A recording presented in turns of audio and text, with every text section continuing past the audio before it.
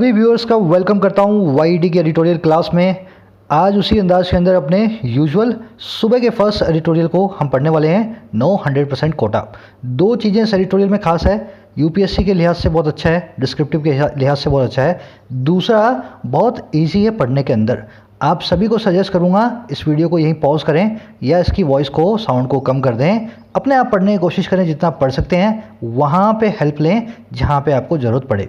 थोड़े grammar rules additional उठाऊंगा मैं हर रोज़ की तरह, उनको मिस ना करें। पढ़ने के बाद फिर इस वीडियो को बोले 2x स्पीड पे चलाएं, ग्रामर रूल्स को फटाफट से अपने जो है कवर अप कर लें। शुरू करें फटाफट से। नो 100% कोटा। कोटा क्या होता है? देखो, editorial based on the 100% quota given by शायद आंध्रा गवर्नमेंट, है ना, to the teachers, government teachers in their tribal areas. तो सुप्रीम कोर्ट ने बोला कि यार 100% थोड़ी ना कोटा होता है। ऐसा एडिटोरियल है, बड़ा इंटरेस्टिंग है। कह रहा है कोई 100% का कोटा नहीं मिलेगा। रिजर्वेशन जो है भाई साहब मिलेगा तो 100% से कम, है ना, 100% तक मत ले जाना इसको। अब देखो किसने किसको कहा मालूम चलेगा टाइटल पैराग्राफ से। SC ruling stresses that over jealous reservation tends to affect rights of other communities. कह रहा एससी की जो रूलिंग है, रूलिंग क्या होती है? वर्डिक्ट, डिसीजन, एजुडिकेशन, डिक्री, है ना, बताइए वो सारे सिनोनिम आपको मैंने इसके। एससी का जो फैसला है वो स्ट्रेस करता है इस बात पे, जोर देता है इस बात पे। और क्या बात है कि जो ओवर जेलस रिजर्वेशन है ना, ऐसा आरक्षण जिसमें जरूरत से ज़्यादा झील है, जरूरत से ज़्यादा उत्साह है, जरूरत से ज़्यादा एंथुसियाज्म है। कह रहा ऐसा रिजर्वेशन है ना, वो टेंड टू करता है, उसकी कोशिश होती है, उसकी आदत होती है, और क्या करने की, अफेक्ट करने की, बुरा प्रभाव डालने की, असर डालने की राइट्स के ऊपर अदर कम्युनिटीज़ के, दूसरे समाज के वर्गों के। तो उसने क्या बोला, ऐसी बातें करोगे तो दूसरे समाज के वर्गों पे उनके राइट्स को आप अफेक्ट करते हो ओवर जेलस रिजर्वेशन के साथ। आ जाओ इस सेंटेंस के अंदर देखने वाली चीज़ों पे। Subject verb, subject verb. सबसे पहला काम यही करना है, कुछ भी आपको पढ़ने के लिए दिया जाए, कोई भी आपसे इंग्लिश में क्वेरी की जाए, आपको सबसे पहले सब्जेक्ट और वर्ब पहचानना है। क्योंकि सब्जेक्ट वर्ब एग्रीमेंट जो है एक बहुत बड़ा पार्ट है एरर करेक्शन का इंग्लिश के अंदर, है ना। सब्जेक्ट नहीं पता, वर्ब नहीं पता तो मार रहे हो आप अंधेरे में तीर। अंधेरे में तीर ना मारें, ऐसा इंश्योर करने के लिए पूरे एडिटोरियल का सब्जेक्ट और वर्ब ग्रीन और पिंक में मार्क्ड है।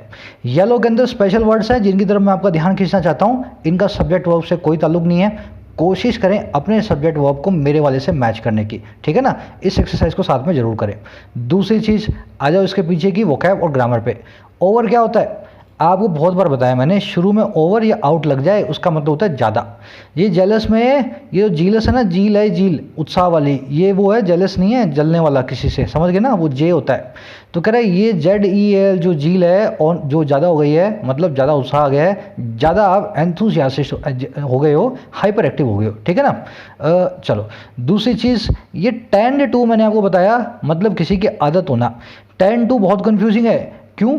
क्योंकि अपने बाद कभी कभी ये नाउन प्रोनाउन लेता है और कभी कभी अपने बाद वर्ब लेता है। दोनों में मतलब अलग होता है, वर्ब लेने का मतलब अलग, नाउन प्रोनाउन का मतलब अलग। जब जब टेंड टू के बाद में वर्ब आ जाए उसका मतलब क्या है? आप उस काम को करने के आदी हो। I tend to sleep late in the night. समझ गए मेरी बात को? मैं रात में लेट सोने का आदी हूँ, समझ गए। टेंड टू प्लस में कोई वर्ब। जब जब टेंड टू के साथ में कोई नाउन या प्रोनाउन आ जाए उसका मतलब क्या है? आप उस आदमी को, उस नाउन या प्रोनाउन को अटेंड कर रहे हो, उसकी केयर कर रहे हो, उसकी सार संभाल कर रहे हो। तो टेंड टू साथ में नाउन प्रोनाउन मतलब किसी की सार संभाल करना, टेंड टू साथ में वर्ब किसी की जो है कोई टेंडेंसी होना किसी काम को करने की। अब मैं आपको यूज भी करके दिखाता हूँ। एक ही सेंटेंस बनाऊंगा दो तरीके से, दोनों में अलग अलग मतलब होगा टेंड टू का। The nurse tended to the wounds of the patients.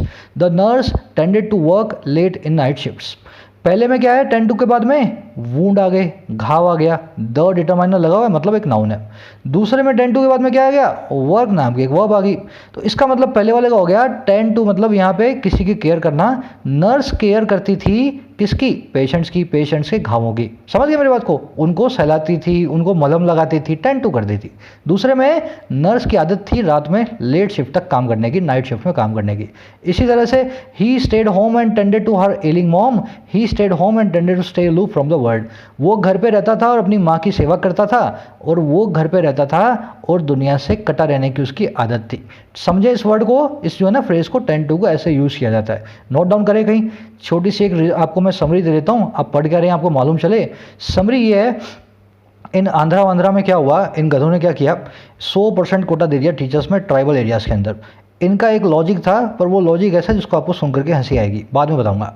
इन्होंने कह दिया कि 100% कोटा किनको, ट्राइबल टीचर्स को, जो ट्राइबल बच्चों को पढ़ाएंगे ऐसे स्कूल्स के अंदर। कोर्ट ने क्या बोला, पहले तो हटाओ इसको, और ऐसी बेवकूफ़ी वाली बात तो मत करो। 100% क्या कोटा होता है, आपने राइट टू इक्वलिटी को ब्रीच कर दिया है लोगों की। आपने 100% दे करके उस एरिया के अंदर जो एससी के लोग हैं, जो ओबीसी के लोग हैं और जो जनरल पीपल हैं, उनके राइट्स को आप जो है वायलेट कर रहे हो। कह रहा कोटा अंबेडकर साहब के दिमाग की उपज है, पर उनका ये कहना था हमेशा माइनॉरिटी में होना चाहिए, 50% की हमने सीलिंग रखी हुई है, उससे ऊपर कोटा नहीं जाना चाहिए। अपना एडिटोरियल इसी के ऊपर है, टोटली जो बेस्ड। चलो एक समरी को लिखें खुद 6 to 8 सेंटेंसेस के अंदर। जब लिखेंगे तभी बेहतर बनेंगे, इंग्लिश बोलेंगे तभी बोलना सीखेंगे, लिखेंगे तभी लिखना सीखेंगे। शुरू करते हैं। कह रहा the supreme court is right in considering 100% reservation as anathema to the constitutional scheme of equality, even if it is for the laudable objective of providing representation to historically deprived sections। कुछ समझ में आया?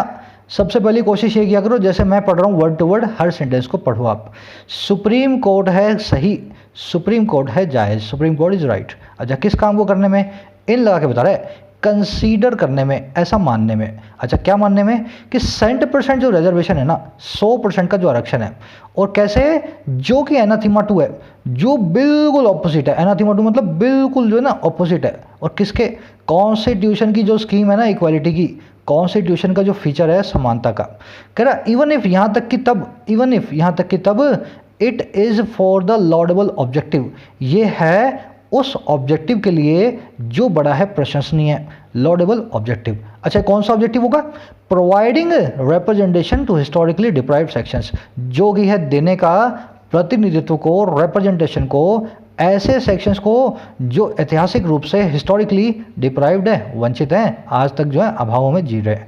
Sentence repeat कर दूं, simple sentence है। Supreme court बिल्कुल सही है इस बात को कहने में कि 100% रिजर्वेशन बिल्कुल उल्टा है कॉन्स्टिट्यूशन की इक्वालिटी के स्कीम के हिसाब से, चाहे ये आया हो उस मकसद के लिए, ऑब्जेक्टिव के लिए जो बड़ा प्रशंसनीय ऑब्जेक्टिव है, और जो कि है रिप्रेजेंटेशन देने का ऐसे सेक्शंस को जो कि हिस्टोरिकली डिप्राइव्ड हैं, जिनके पास साधन सामग्रियां नहीं है। समझ गए ना? चाहे आप ट्राइबल्स को दे दो और बोल दो बहुत गरीब हैं, फिर भी सुप्रीम कोर्ट का ये जो बिल्कुल कहना सही है कि कितने भी गरीब हो, राइट टू इक्वालिटी को आप ब्रीच नहीं कर सकते हैं, इसको 100% कोटा देके किसी भी कम्युनिटी को। समझ गए सेंटेंस को? आयो देखने वाली चीज़, सब्जेक्ट वर्ब तो आपने पकड़ ही लिया है ना मेरे भाई। एनाथीमा 2 नया वर्ड है, एनाथीमा होता है दुश्मन। एनाथीमा के बाद में टू लगा के आप बताते हैं कौन सी चीज़ किसकी दुश्मन है, तो ये 100% रिजर्वेशन दुश्मन है हमारे संविधान के राइट टू इक्वालिटी का। समझ गए ना? एनाथीमा 2। अपना दूसरा वर्ड है लॉडेबल, बहुत बार दिखाया मैंने आपको। लॉड मतलब किसी की प्रशंसा करना, प्रशंसा करने के लिए, लॉडेबल मतलब प्रशंसनीय है ना, लॉडेबल ऐसे प्रेजवर्दी, प्रशंसनीय है। एडमायरेबल जिसकी एडमायरेशन की जाए, एग्जॉल्टेड जो बहुत ज़्यादा एग्जॉल्टेड हो, प्रशंसनीय हो। कमेंडेबल जिसकी बहुत सारी कमेंट करें, आप बहुत सारी प्रशंसा करें। समझ गए ना? सारे इसके जो है सब सिनोनिम्स हैं। डिप्राइव्ड आप जानते हैं वंचित, इसके लिए बहुत अच्छा वर्ड अपने पास अंडर प्रिविलेज्ड। कोई भी आदमी डिप्राइव्ड हो सकता है किसी भी संदर्भ में, अगर उसके पास कोई चीज़ नहीं है जो समाज के बड़े एक वर्ग के पास है ना, एक बड़े सेक्शन के पास है। कह the verdict quashing the reservation of 100% of all teaching post in scheduled areas and of Andhra Pradesh for local scheduled tribes is not against affirmative programs as such। कह रहे जो वर्डिक्ट है ना, जो कौन सा वर्डिक्ट, जो कि क्वैश करने वाला है। क्वैश करने का मतलब क्या है, किसी चीज़ को हटा देना, खास करके किसी लॉ को, किसी कानून को निकाल देना।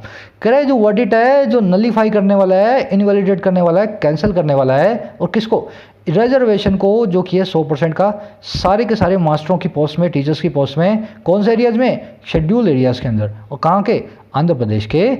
और किस चीज़ के लिए ये पोस्ट, किसकी, for local scheduled tribes, teacher की पोस्ट वहाँ के आदिवासी बच्चों के लिए। समझ गए ना? शेड्यूल्ड ट्राइब्स के लिए। कह रहा है ये जो वर्डिक्ट है ना, अब इसकी वर्ब आई है इज, ये है नहीं अगेंस्ट, नहीं खिलाफ, और किसके, अफर्मेटिव प्रोग्राम्स के एज सच, बिल्कुल भी। अफर्मेटिव प्रोग्राम्स कौन से हैं हमारे कॉन्स्टिट्यूशन में? जो कि रिजर्वेशन से रिलेटेड हैं, जो कि सब्सिडी रिजर्वेशन देते हैं समाज के वर्गों को।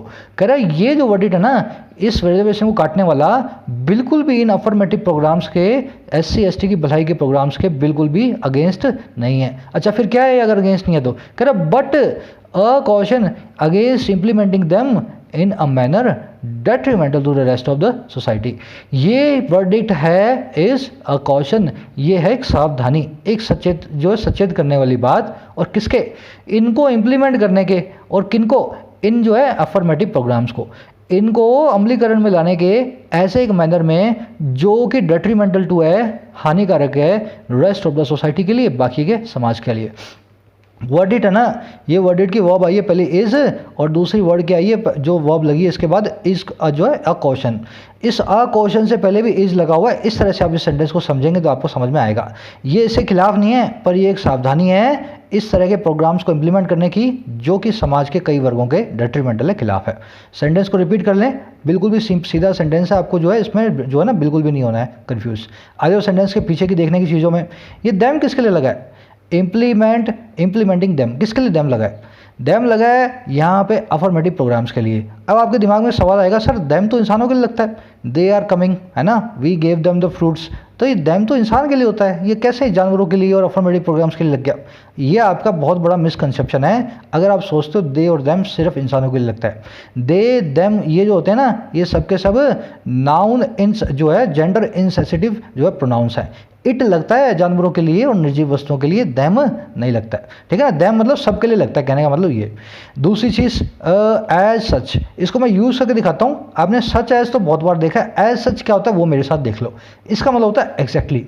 अगर आप एज सच को एग्जैक्टली से जो है रिप्लेस कर दें, आपको सेंटेंस हमेशा ना झट से समझ में आ जाएगा। This book is not a best seller as such but it is very interesting. ये जो बुक है ना एग्जैक्टली कोई बेस्ट सेलर नहीं है, ये जो बुक है सबसे ज़्यादा बुक बिकने वाली में से एक बुक नहीं है, पर फिर भी बहुत इंटरेस्टिंग बुक है। समझ गए ना? एज सच मतलब क्या है? एग्जैक्टली कोई बेस्ट सेलर बुक नहीं है, पर बड़ी इंटरेस्टिंग बुक है। ज़्यादा लोगों ने नहीं खरीदी, पर बुक जो है इंटरेस्टिंग है। We were VIPs in the award show and were treated as such. हम VIP थे उस अवार्ड शो के अंदर, हमारे पास VIP पास था और हमको ट्रीट भी किया गया एग्जैक्टली उसी तरीके से, है ना, उसी एग्जैक्टली तरीके से हमें ट्रीट भी किया गया। तो एज सच मतलब एग्जैक्टली।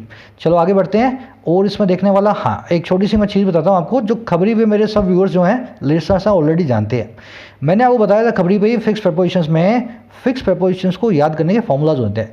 जैसे डेट्रीमेंटल का मतलब है हानिकारक।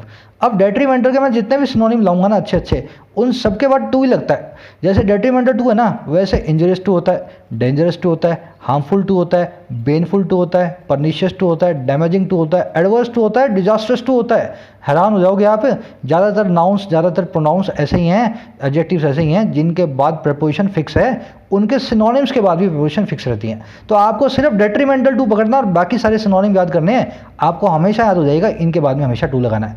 ये ट्रिक्स के साथ मैंने आपको खबरी के ऊपर फिक्स प्रपोजिशन की सीरीज़ करवाई है। ऐसे ही मैंने आपको जो है ना फ्रेजल वर्ब्स करवाई हैं। अगर अभी तक खबरी पे नहीं जुड़े हैं, जा करके लिसन करें, 5-5 10-10 मिनट की ऑडियोज़ हैं, मैंने जो है कमेंट सेक्शन में डाल देता हूँ उसका लिंक। बढ़े आगे, चलो।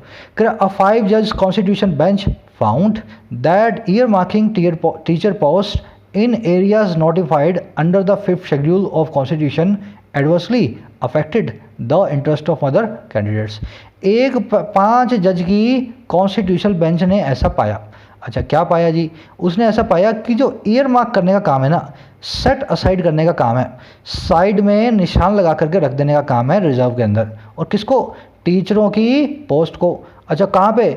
ऐसे एरियाज में जो नोटिफाइड हैं 5वें शेड्यूल के अंदर कॉन्स्टिट्यूशन के। ये पॉलिटी में आप पढ़ें 5वां शेड्यूल क्या है, ठीक है ना। कह रहा है ऐसे कामों के लिए, ऐसे टीचर पोस्ट को साइड में रखने का जो काम है वो क्या करता था? वो बुरे तरीके से अफेक्ट करता था। अफेक्ट एक्चुअल में यहाँ पे सेंटेंस की वर्ब है, मैंने इसको मार्क नहीं किया, अब कर देता हूँ। तो ये ईयर मार्किंग काम बुरे तरीके से असर डालता था, और किस पे? इंटरेस्ट पे, भलाई पे, अदर कैंडिडेट्स की। अच्छा कौन से अदर कैंडिडेट्स? कह रहा not only from schedule classes but and backward communities but also other ST communities not netted to those areas. कह रहे न केवल एससी के लोग जो हैं और ओबीसी के जो लोग हैं उनको, बल्कि दूसरे एसटी को भी जो कि उस एरिया से नहीं है, नेटिव टू दोज एरिया नहीं है। पहले समझ लो इन्होंने किया क्या, इस बेंच ने फिर क्या बोला, फिर ये सेंटेंस आपको समझ में आएगा। इन्होंने ये बोला एक तो एसटी के बच्चे को, ट्राइबल बच्चे को ट्राइबल टीचर ही पढ़ाएगा, दूसरा ट्राइबल टीचर उसी डिस्ट्रिक्ट का ही होना चाहिए, बाहर के एरिया का भी नहीं होना चाहिए। तो कह रहा ना केवल इससे, अब देखो सेंटेंस समझो, 5 जजों की बेंच ने ऐसा पाया, कॉन्स्टिट्यूशन बेंच ने ऐसा फाउंड किया कि ये जो अलग से कर देने का काम है ना, ईयर मार्क कर देने का काम है टीचर की पोस्ट को, ऐसे खास एरियाज में 5th शेड्यूल में जो आते हैं, ये काम बुरे तरीके से प्रभावित करता था भलाई को, ना केवल दूसरे कैंडिडेट्स की, ना केवल शेड्यूल कास्ट से और अदर ओबीसी से, बल्कि एसटी से भी जो कि उस एरिया से बिलोंग नहीं करते। समझ गए ना? तो एसटीओ को भी आप खराब करोगे ऐसा जो लगा करके रिजर्वेशन का प्रोग्राम। आ जाओ इस सेंटेंस के पीछे की ग्रामर पे। पहली चीज़ 5 जज, मैंने आपको कल ही बताया है, कल नहीं शायद 2-3 दिन हो गए, कब आपको 5 जजेस लिखना है, कब आपको 5 जज लिखना है, कब 20 रुपीज़ लिखना है, कब 20 रुपये लिखना है ना? बताया था ना आपको, याद है कि नहीं, भूल गए? अगर याद है चलो मैं करवा देता हूँ, किसी का अगर रह गया हो तो।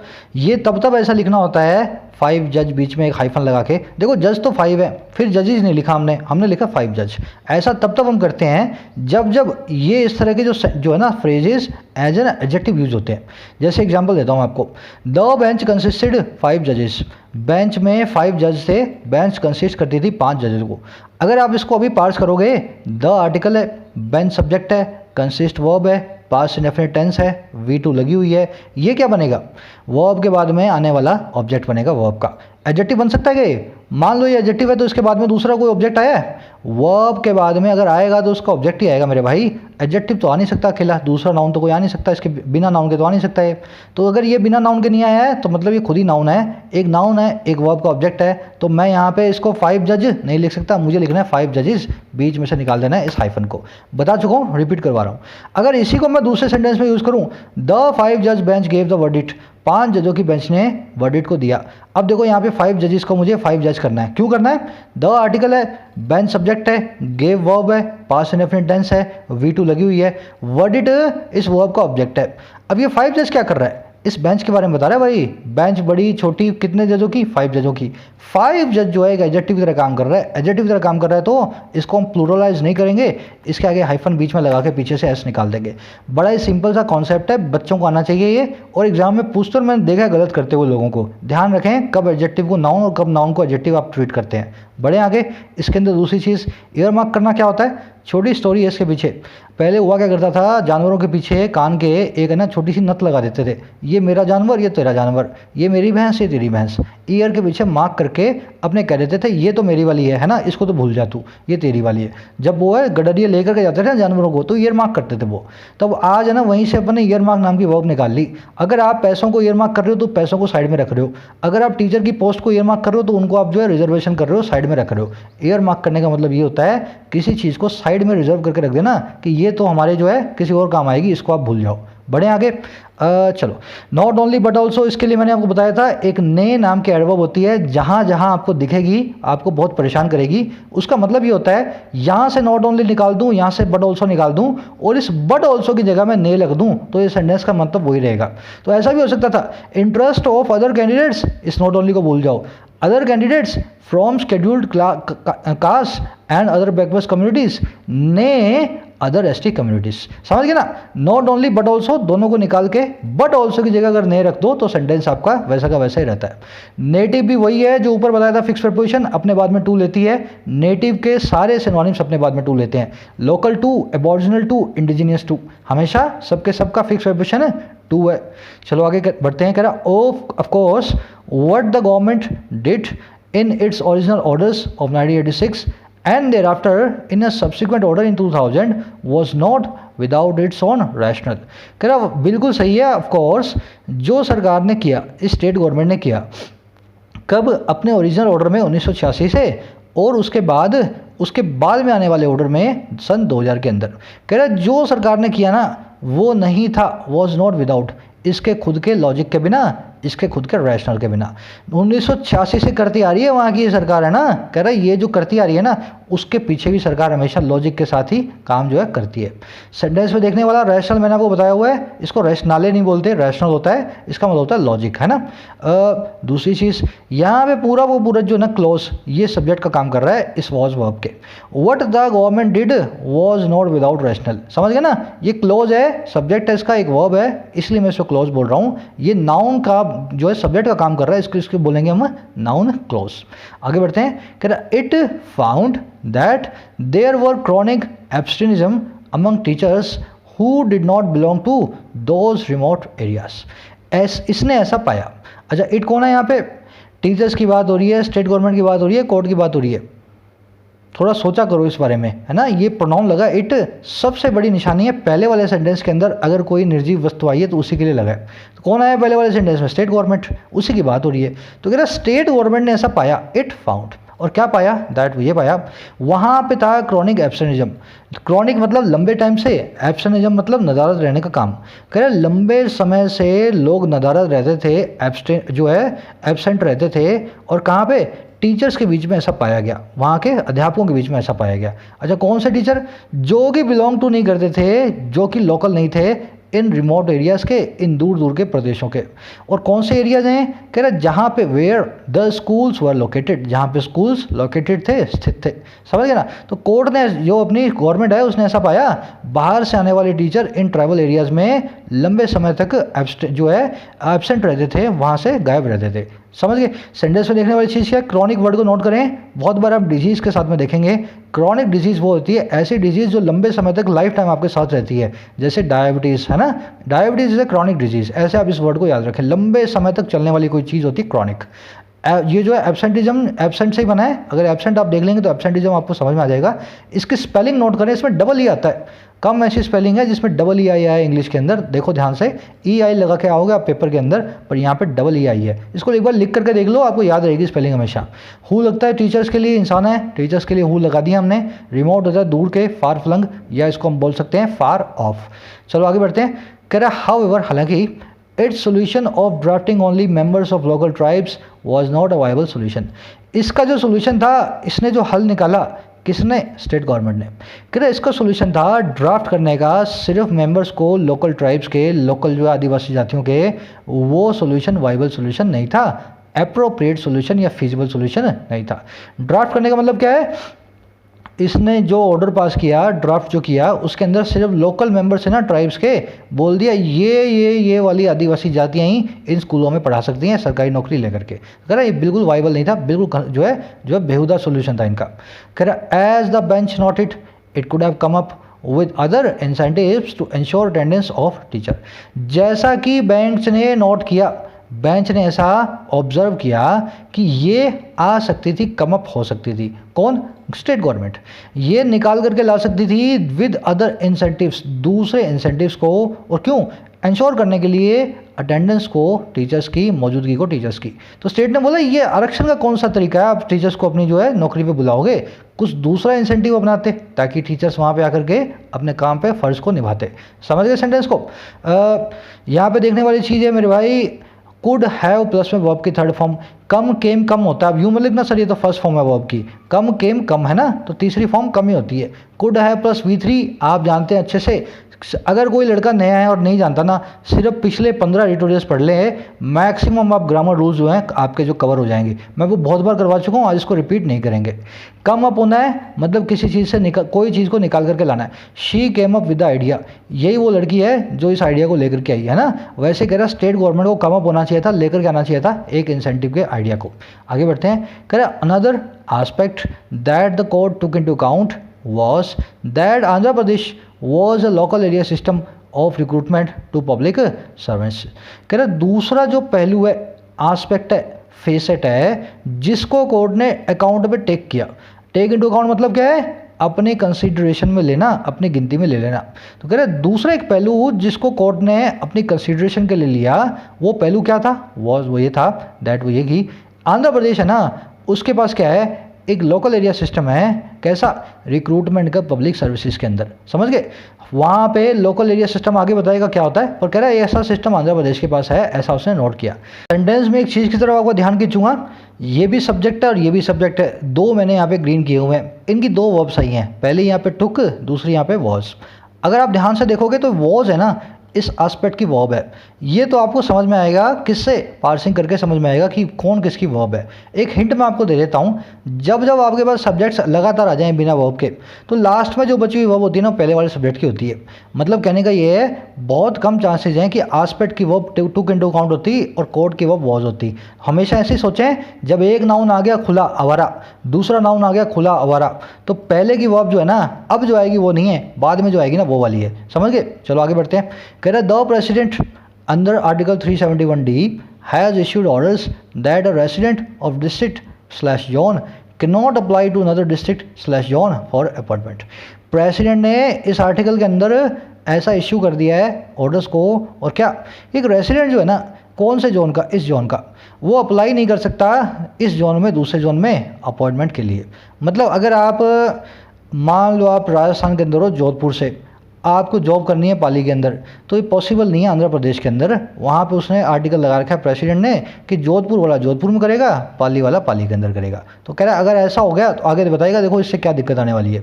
सेंटेंस में देखने वाला कुछ भी नहीं है, आगे बढ़ते हैं। कह रहा है 10 इस तरह से the 100% quota deprived residents of schedule areas of any opportunity to apply for teaching jobs.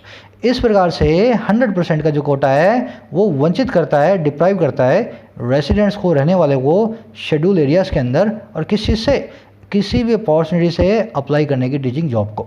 आप पड़ोस के ज़िले में जाकर के जॉब नहीं कर सकते, अपने ज़िले में आपको आरक्षण नहीं है, 100% किसी और जाति को दे रखा है, तो आप क्या करोगे, ना आप अपने ज़िले में कर सकते ना पड़ोस में कर सकते, तो आपके अधिकारों को यहाँ पे वॉलेट कर दिया मैंने यहाँ पे। तो कह रहा है यही यहाँ पे जो है ना, ऐसे प्रेसिडेंट के ऑर्डर जो है ऑलरेडी लगे हुए हैं। देखने वाली चीज़ क्या है, डिप्राइव के बाद आप ऑफ लगा के बताते हो किस चीज़ से आपने डिप्राइव किया, किसको। He was deprived of his voting rights, उसको उसके वोटिंग राइट से डिप्राइव ऑफ किया गया, समझ गए ना। डिप्राइव फ्रॉम अबाउट कुछ नहीं, ऑफ आएगा, फिक्स प्रीपोजिशन है, करवा चुका हूँ, सिर्फ ध्यान खींच रहा हूँ आपको एक बार फिर से। आगे बढ़े। कह रहा affirmative action loses its meaning if it does not leave the door slightly ajar for open competition. Sentence को ध्यान से देखना, अच्छा रूल आएगा इसमें ग्रामर का। अफर्मेटिव एक्शन है ना, वो लूज कर देता है, खो देता है अपने मीनिंग को। अफर्मेटिव एक्शन आपको मैंने ऊपर बता दिया ना, कोटा देना, सब्सिडी देना, समाज के पिछड़े वर्गों को आगे लाना रिजर्वेशन दे करके। कह रहा है ये जो काम है ना रिजर्वेशन वाला, ये अपना मीनिंग खो देगा, खो देता है। कब, कह रहा अगर ये नहीं रोक खोल करके रखता, डोर को जरा सा हजार नहीं रखता, ओपन नहीं रखता ओपन कंपटीशन के लिए, समझ गए। ऐसा रिजर्वेशन किसी को मत दे देना कि जनरल वाले के पास नौकरी लेने के लिए कोई रास्ता ही ना हो, इम्पॉसिबल हो जाए उसके लिए। कह रहा ये अपना जो है मीनिंग खो देगा अफर्मेटिव एक्शन की स्कीम। सेंटेंस में देखने वाली चीज़ क्या है, सब्जेक्ट वर्ब आप देख लें भले ध्यान से, action lose, it does not. देखने वाली चीज़ है यहाँ पे अजार। अजार पे मैंने आपको बताया, अजार का मतलब है ओपन करना, खोलना। स्लाइटली अजार का मतलब है हल्का सा खुला हुआ डोर, डोर स्लाइटली अजार। अब अजार का मतलब ओपन है, तो सर ओपन लगा दें इसकी जगह, द डोर स्लाइटली ओपन, ऐसा लिख दें सर, ऐसा भी तो कर सकते हैं ना, बिल्कुल कर सकते हो, पर एक कंडीशन है आपके पास। आप ध्यान से देखना, ये अजार, अफलोट, अबलेज, और लिखा नहीं मैंने अपलंटी, जिनके शुरू में ये आता है जनरली, है ना, सबके सब नहीं, जिनके शुरू में ए आता है ऐसे एडजेटिव्स। कह रहा है ऐसे जो ए वाले एडजेटिव्स होते हैं ना, वो सिर्फ और सिर्फ जो नाउन आया है जिसके लिए वो एडजेटिव बने हैं उसके बाद में यूज़ हो सकते हैं, उससे पहले यूज़ नहीं हो सकते। एग्जाम्पल अभी मेरे साथ लाइव देखो। पहले तीसरा वाला सेंटेंस ले लेते हैं, दिस इज एन या ए अजार या ओपन डोर, है ना, एन अजार या ओपन डोर। सर दोनों का मतलब एक ही है, खुला डोर है, अजार डोर है या ओपन डोर है, बात तो एक ही है, बात तो एक है, पर थोड़ी सी प्रॉब्लम है। ये अजार, अपलंटी, अबलेज, मैंने आपको बताया कभी भी जिस नाउन को ये मॉडिफाई कर रहे हो उससे पहले नहीं आ सकते। ये यूज़ होते हैं प्रेडिकेटिवली, मतलब प्रेडिकेट की तरह नाउन के बाद में आकर के। अगर मुझे यहाँ पे डोर के लिए इनको लगाना है, ओपन को बताना है डोर को, तो मेरे पास एक ही ऑप्शन है इस अजार को यहाँ से रिमूव करने का। मैं ऐसा लिख सकता ही नहीं this is an Ajar door, ऐसा लिखूंगा this is an open door. समझ लो, बहुत बारीकी सी बात, छोटी सी बात है पर बहुत बारीकी है अगर आप इसको समझो तो। अच्छा मैं ऐसा बोलूँ दिस डोर इस अजार या ओपन, अब किसके लिए लगा सर ये लगा है सर डोर के लिए, बाद में लगा डोर के पहले लगा है सर बाद में लगा है। अच्छा बाद में लगा है तो अब क्या ऑप्शन अपने पास, दोनों ही ऑप्शन है, जैसे मर्जी यूज़ कर लो। चल, ही लेफ्ट द डोर अजार या ओपन, उसने डोर को खुला छोड़ा, किसको खुला छोड़ा? डोर को। डोर क्या है यहाँ पे? इस एडजेक्टिव से मॉडिफाई हो रहा है। अच्छा, एडजेक्टिव से मॉडिफाई हो रहा है, इससे पहले आ रहा है, तो बाद में क्या लगाना है? सर दोनों में से कोई भी लगा दो। अगर पहले आएगा तो ओपन आएगा, और बाद में आएगा तो दोनों में से कोई भी आप लगा सकते हैं। समझ गए ना? अच्छा, और दूसरी देखने वाली चीज़ क्या है, जैसा आपने यहाँ 1000 ओपन के साथ किया वैसे आप अबलेज और अपलोड के साथ भी करेंगे। अपलोड मैंने थोड़े दिन पहले आपको करवाया था ना, दोनों का मतलब होता है तैरती हुई कोई चीज़, अफलोट और फ्लोटिंग। और अबलेज का और बर्निंग, बर्निंग का मतलब होता है जलती हुई कोई चीज़। तरीका वही है, अगर जलती हुई चीज़ के पहले आपने लिखना है एडजेक्टिव को तो बर्निंग आएगा, या बाद में लिखना है तो बर्निंग और अबलेज दोनों में से कोई भी यूज़ कर सकते हो। अगर इतना समझ गए तो आज मैंने एक अच्छा वाला क्विज बनाया आपके लिए, है ना। इसमें आपको लगेगा दिमाग, भेजा लगाना पड़ेगा आपको। 4 सेंटेंसेज है ABCD, इसमें से जो सेंटेंस आपको सही लगे, 1 लगे, 2 लगे, तीनों लगे, चारों लगे, आपको बताने हैं। अगर आपको इनमें से एक भी सही नहीं लग रहा, ऐसा नहीं है इसका आंसर A या B, C या D होगा, इसका आंसर B या C भी हो सकता है, A या D भी हो सकता है ना। अगर इनमें से कोई सही नहीं लगा तब आपका आंसर क्या होगा? E।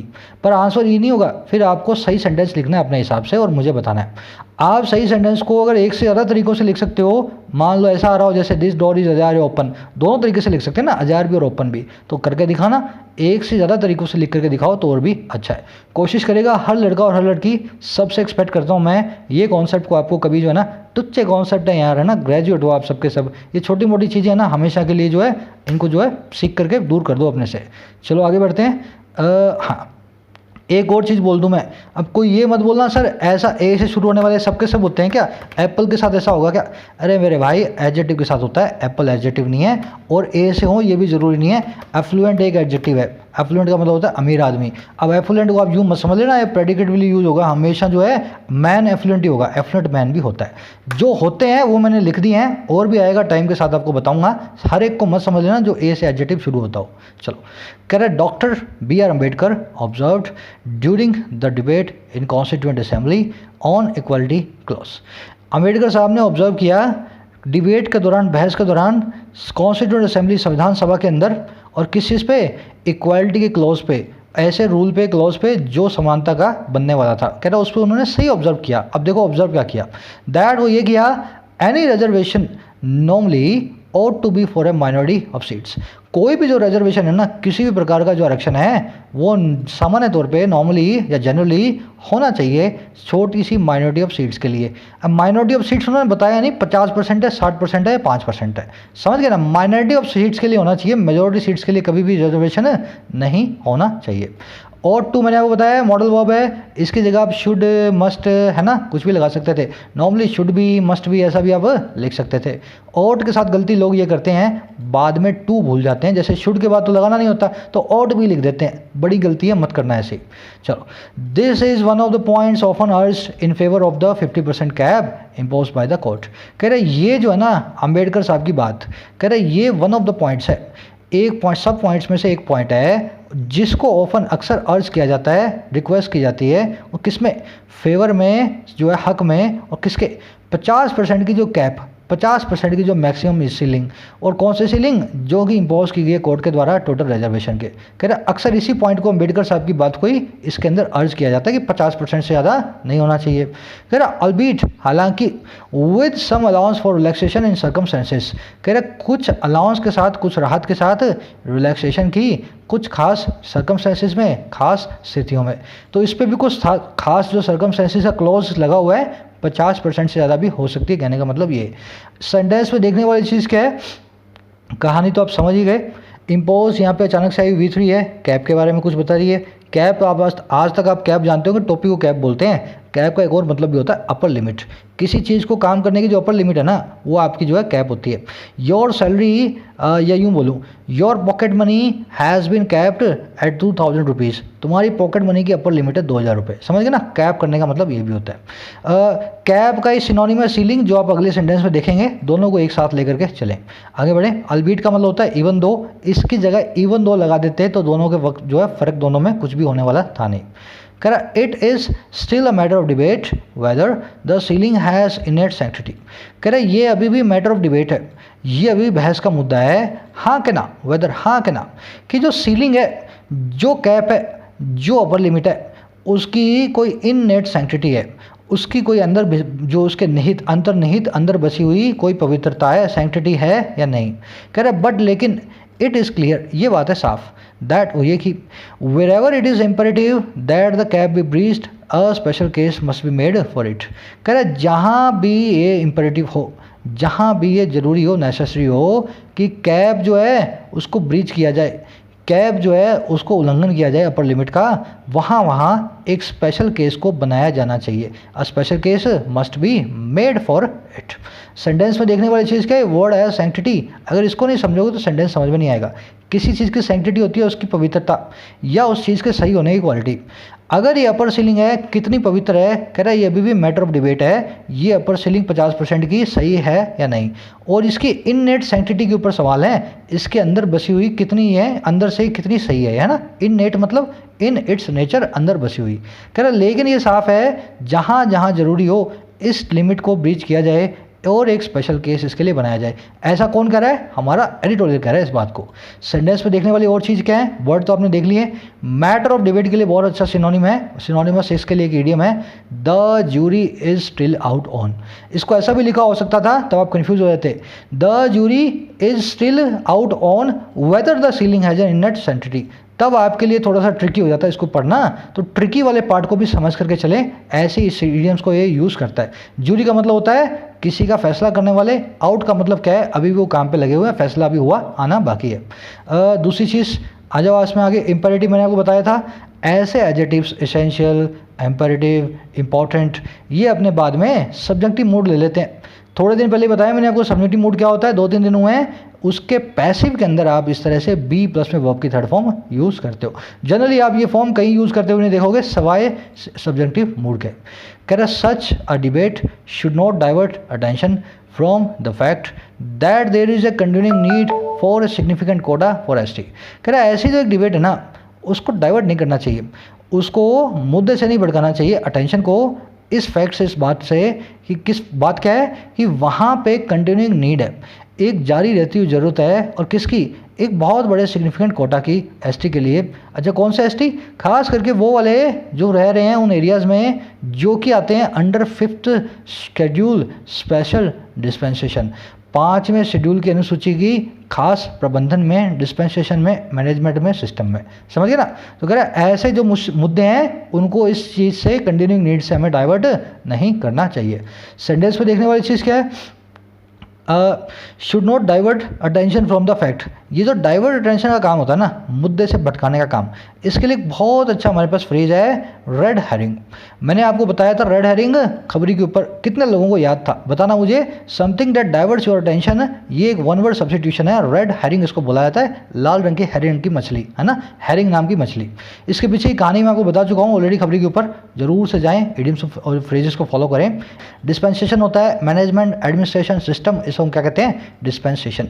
कह रहा इन दिस बैकड्रॉप, इस भूमिका को देखते हुए, इस सीनरी को देखते हुए, इट इज़ समवट डिसअपॉइंटिंग, ये थोड़ा डिसअपॉइंटिंग है। समवट का मतलब क्या है, कुछ हद तक, तो कह रहे कुछ हद तक, टू सम एक्सटेंट डिसअपॉइंटिंग है। दैट वो ये कि courts tend to record obiter dicta advocating a revision of the list of SC and SC, कि जो कोर्ट्स है ना वो टेंड टू करती हैं, उनकी बड़ी आदत है रिकॉर्ड करने की ऐसे रिमार्क्स को, कैजुअल रिमार्क्स को जो एडवोकेट करते हैं, जो कि जो है पक्षपात करते हैं, या यूँ कहूँ मैं वकालत करते हैं रिवीजन का इस लिस्ट में SC और ST के।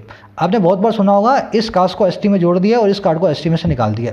कड़ा बड़ा ही ये सब ऊपर की बात देखते हुए हमें बहुत डिसअपॉइंटिंग हो रहा है कि कोर्ट जो है बार बार अपने आप ही ऐसी लिस्टों के अंदर रिवीजन करने की करते हैं कोशिश। यहाँ पे किसी को लगता हो ये तो सही बात है, रिवीजन तो होना चाहिए, पर ये क्यों गलत कर रहा है, तो इसके पर्सनल व्यूज हैं अपने जो है एडिटोरियल की। वर्ड देखने वाला कौन सा है, ऑबिटर डिक्टा। ये वर्ड है लैटिन, ऑबिटर मतलब ऑर्बिट याद होगा ना आपको, बाहर का, डिक्टा मतलब रिमार्क्स, डिक्टेशन लिखते हो ना आप, रिमार्क्स लिखते हो, डिक्टेशन लिखते हो। ऑबिटर डिक्टा का मतलब क्या होता है, ऐसे रिमार्क्स जो बाहर हों, जो मुद्दे से हट करके हों, कैजुअल हो, इंसिडेंटल हो, जो बात चल रही है उस मुद्दे से कोई मतलब ना हो, बस कह दिया। तो कह रहा बड़ा ही हमें डिसअपॉइंटिंग लगता है, कोर्ट की ऐसी आदत है मुद्दे से हट करके ऐसे रिमार्क्स कर डालती है। ऑबिटर डिक्टा मैंने पीछे एस किसके लिए क्यों किया है, क्योंकि ये है एक प्लूरल, कैसे पता लगा मुझे? ये लैटिन रूट्स होती है ना, ये लास्ट में क्या लेती हैं? जब DATUM लेती है ना तब होता है सिंगुलर, और डेटा लेती हैं तब होता है प्लूरल। जब जब लास्ट में A आता है तब प्लूरल, जब जब लास्ट में UM आता है तो होता है सिंगुलर। तो इसका सिंगुलर क्या होता है? ऑबिडर डिक्टम।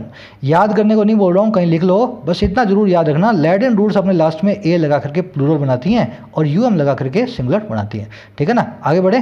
चलो, कह रहा while the power to amend the list notify the president is not in dispute, it is somewhat uncharitable to say that the advanced and affluent sections within SCs and STs are cornering the benefits। कह रहे जहाँ जो ताकत है amend करने की इन लिस्टों को, जिनको नोटिफाई किया गया है प्रेसिडेंट के द्वारा, ये ताकत डिस्प्यूट में नहीं है। इस ताकत के ऊपर इस एडिटोरियल का कोई सवाल नहीं है, कोई डिस्प्यूट नहीं है। कह रहा जहाँ ये बात सही है। कह रहा फिर भी जो कुछ है ना अनचैरिटेबल है ये बात, समवट मतलब कुछ हद तक, फिर भी ये चीज़ जो है ना कुछ हद तक अनचैरिटेबल है। अनचैरिटेबल क्या होती है? अनकाइंड, जो दयालु ना हो। कह रहे थोड़ी सी दयालु बनने वाली बात नहीं है। और क्या कहना? टू से ऐसा कहना दैट ये कि जो आगे बढ़े हुए और एफ्लुएंट सेक्शन है, पैसे वाले वर्ग हैं SC और ST में, वो कॉर्नर कर रहे हैं सारे के सारे बेनिफिट को, सारा का सारा पैसा जो है, सारा का सारी नौकरियां खा रहे हैं और नहीं परमिट कर रहे हैं, एंड डू नॉट परमिट किसी भी ट्रिकल डाउन को आगे बेनिफिट को पास ऑन करने को। इस सेंटेंस को समझने से पहले आपको एक जो है ना कॉमन मिसकंसेप्शन या कंसेप्शन समझना पड़ेगा, जो कि जनरली लोगों का होता है कि कुछ ST की कास्ट हैं या कुछ SC कास्ट हैं जो सारी नौकरियां ले रही हैं और बहुत पैसे वाली भी हो गई हैं, और वो जो है ना इतनी नौकरियां ले रही हैं कि जनरल और दूसरे OBC हैं उनको नौकरियां नहीं मिल रही हैं, और साथ ही साथ SC और ST के अंदर कुछ ऐसी कास्ट हैं जिन तक उन नौकरियों का फायदा नहीं पहुंच रहा है। समझ गए ना, सारी की सारी नौकरी कुछ ऐसी कास्ट ने ले ली, बाकी कास्ट के लोगों के पास नहीं पहुंच पाई। तो इस भ्रांति को तोड़ने की कोशिश की है इसने लाइन से। कह रहा है ये बिल्कुल सही बात है, और जो है ना ये बिल्कुल अनचैरिटेबल बात होगी ऐसा कहना कि ये जो चीज़ है ना ये हो रही है और ये कॉर्नर कर रहे हैं नौकरियों को घेर करके, आगे इन नौकरियों को नहीं जाने दे रहे।